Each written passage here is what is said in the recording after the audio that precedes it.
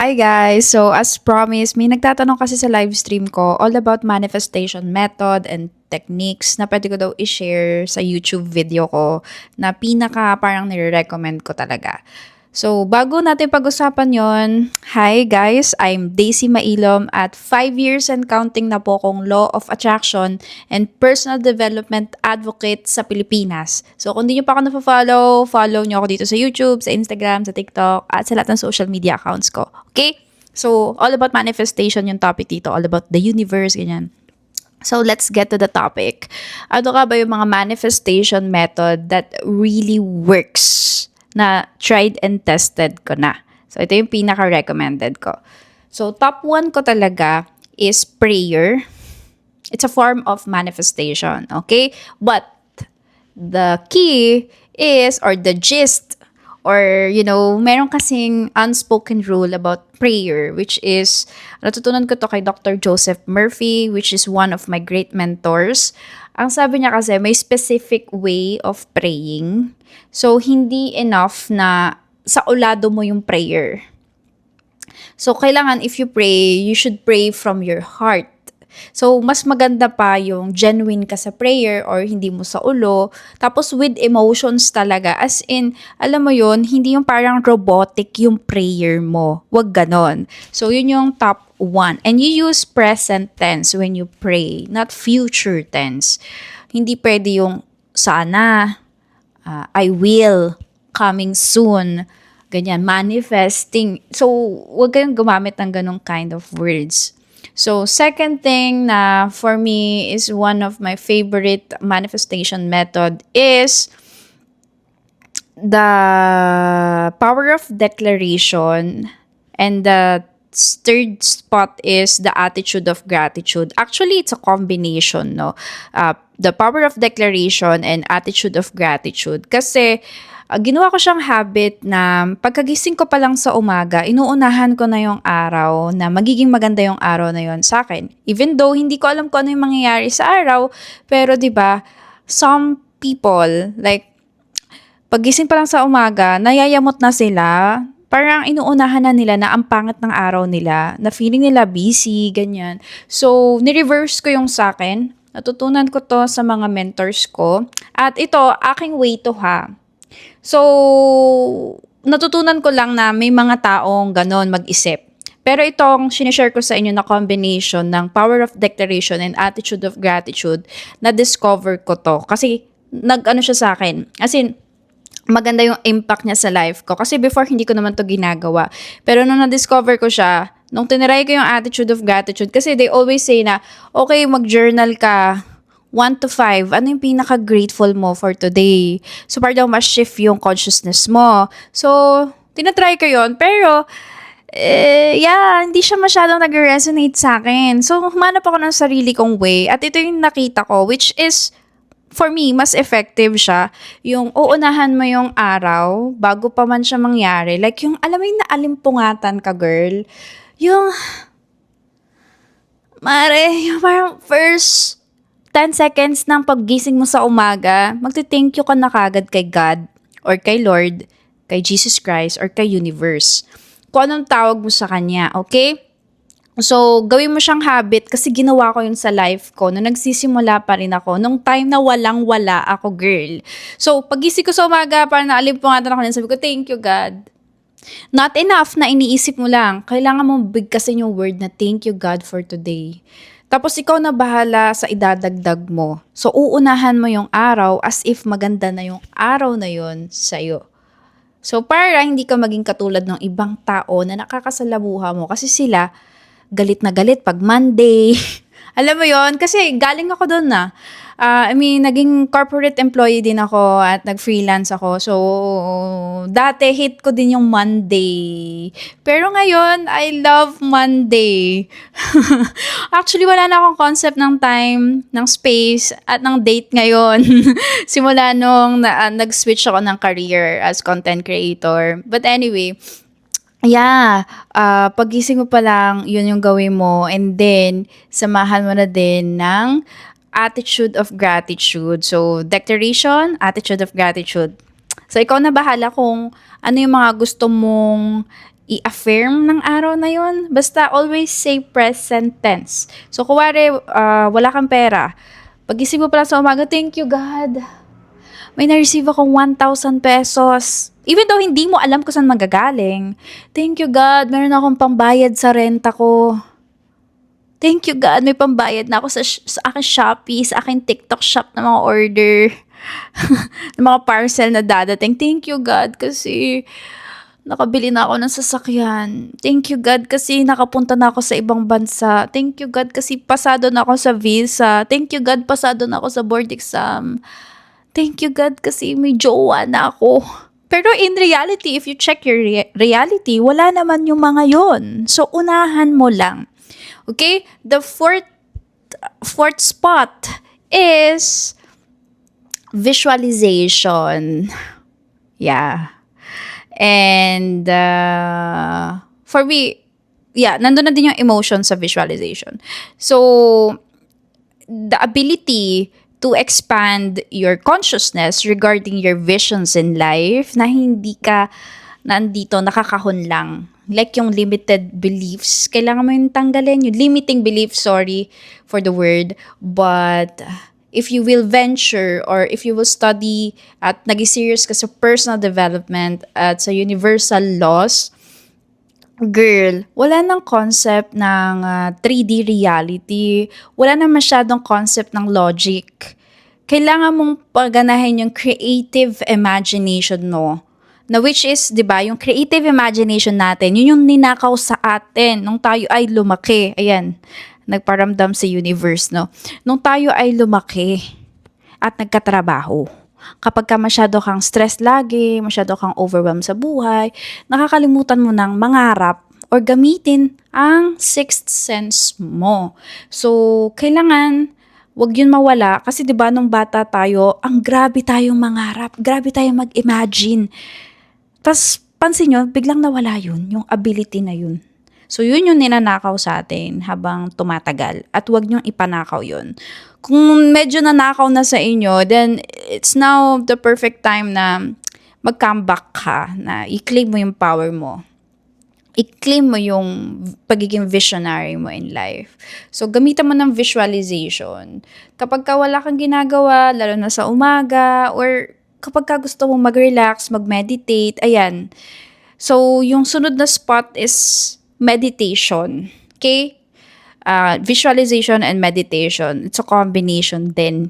Nabanggit ko na, 'di ba? So, kapag ka you meditate, kapag ka sa umaga, ewan ko kung kailan kayo nagme-meditate or kapag naglilinis kayo ng bahay or naliligo kayo, nagluluto, may ginagawa kayong something, nagda-drive. So, it's all mali yung forms yun lahat ng meditation. Ano ba? Daisy, gising. Basta form yun ng meditation, okay? So, hindi naman pag sinabing meditation, nakaupo ka lang ganyan, tapos nakapikit ka, tapos nakaganon. Hindi. Or yung nakahiga ka, tapos nakapikit ka, nag-i-inhale, exhale ka. Hindi. So, ang meditation, madami siyang mga eksena. So, pwedeng kahit naglalakad ka, nagme-meditate ka. Kahit gising ka, nagme-meditate ka. So, tanggalin natin or i-debunk natin na ang meditation nangyayari lang pag nakapikit. So, kahit mulat ka, kahit nasa CR ka, naliligo, pwede kang mag-meditate habang ginagawa yun. Nagluluto, naglilinis, nagdidilig ng halaman, nagtatanim ng halaman, ano pa ba, anything under the sun. Kung anong trip mo, you can meditate while doing those things, no? Kasi ang meditation naman, tinatanggal mo yung pressure ng past at saka ng future. Tinatanggal mo yung pag-overthink about the past and the future. So, you focus your attention in the present moment. You focus dun sa mga maliliit na bagay and you appreciate it. At sinisavor mo lang yung moment. That's meditation. Wala kang ibang iniisip. Nandito ka lang sa moment na to.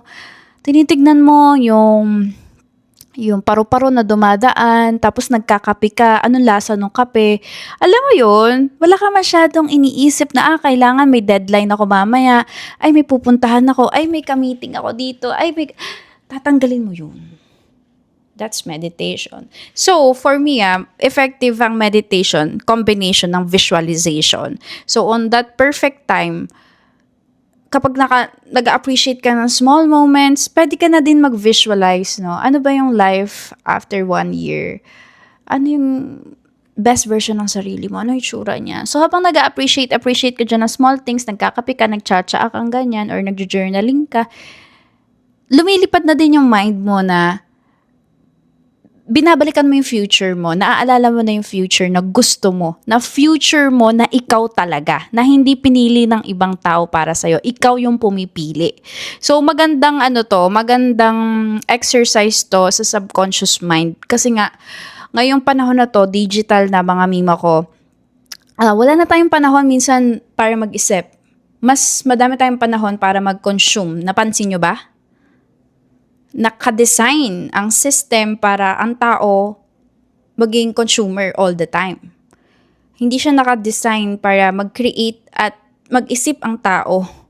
So, nagiging consumer na lang. So, I hope na matanggal natin sa notion na yon. Kasi kapag nag-consume ka na lang na nag-consume, nawawalan ka na ng ability to think and yung ability na gamitin mo yung creative imagination mo or yung pagiging creative person mo, which is very important sa manifestation and very important if you want to do a quantum leap in your life, if you really want to change your life, for example.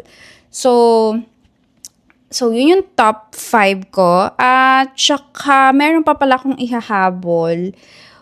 Actually, favorite ko din. Lahat to gusto ko eh. Wala kasi siyang ranking. Ayoko mag-ranking. Sige, wala. Tanggalin na natin yung ranking. Yung number 6 kasi, yung water meditation. As in, ito yung lagi ko nire-recommend sa TikTok, sa live stream, ganyan. So, pagka naliligo ako, nagme-meditate kasi ako. Water therapy yung tawag ko dyan. So, nag-water therapy ako if I'm feeling bad or naka-absorb ako ng negative energy, ng toxic energy. Yung parang feeling mo ang bigat ng katawan mo. Parang feeling mo drain na drain ka. Di ba may mga ganun tayong araw? So, pwede mong gawin yung water meditation or yung water therapy. Kung saan, i-pray over mo yung water or kaya lagyan mo ng rock salt, like pinch lang. Wag isang balde wag isang tasang rock salt. Mare, ang mura lang ng rock salt sa palengke. Mga 15 pesos, 20 pesos, may isang supot ka na. Malalaki siyang salt. Wag iodized. Hindi ka tilapia para sobrang daming asin. Girl, pinch. Pinch, pinch, pinch. Okay, so lagyan mo ng pinch ng rock salt yung tubig mo. And then, kanawin mo siya sa batsa. Maaari kung may batsa ka dyan. And then, i-pray over mo yung water habang kinakanaw mo. Or, tinutunaw mo nga yung rock salt, ginaganang-ganang mo. So, pray over mo yung water. Tapos, i-address mo kay God or kay Lord, kay Jesus Christ, or kay universe. Kung anong tawag nyo sa Kanya. So, kanawin mong ganan. And then, you say something na, God, or Jesus Christ, Lord, universe, please bless this water to cleanse, to purify, blah, blah, blah. May energy or may body, ganyan. So, depende sa inyo kung ano yung gusto mong affirmation na gawin dun sa tubig. Kung anong gusto mong gawin ng tubig para sa'yo. Kasi that's one of the greatest things, no?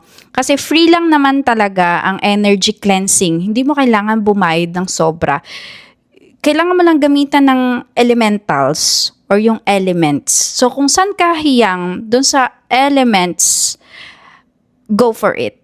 Ako kasi water therapy. Ang tanong kasi sa live stream kahapon, ano daw yung marirecommend kong form of manifestation or technique na nag-work sa akin. So, ito yung nag-work sa akin. Kasi pwede ka pang mag-grounding. Yung nakapaa ka, na mag-aapak ka dyan sa mga buhanginan, dyan sa garden nyo, sa mga damuhan, mare, magdilig ka ng halaman, magtanim ka ng halaman, kung green thumb ka, yan, it's also a form of energy cleansing. Tapos, sa mga dagat, pag nagbi-beach, ganyan, or sound frequency, pwede rin. Basta all forms ng elements. At saka sa araw, pag nagpapaaraw. So, maganda rin yun. So, anyway, yun, water therapy. Kasi minsan hinahaluan ko na rin yan ng manifestation. So, bukod sa energy cleansing, may sinasabi pa ako in regards to manifestation. And, yeah.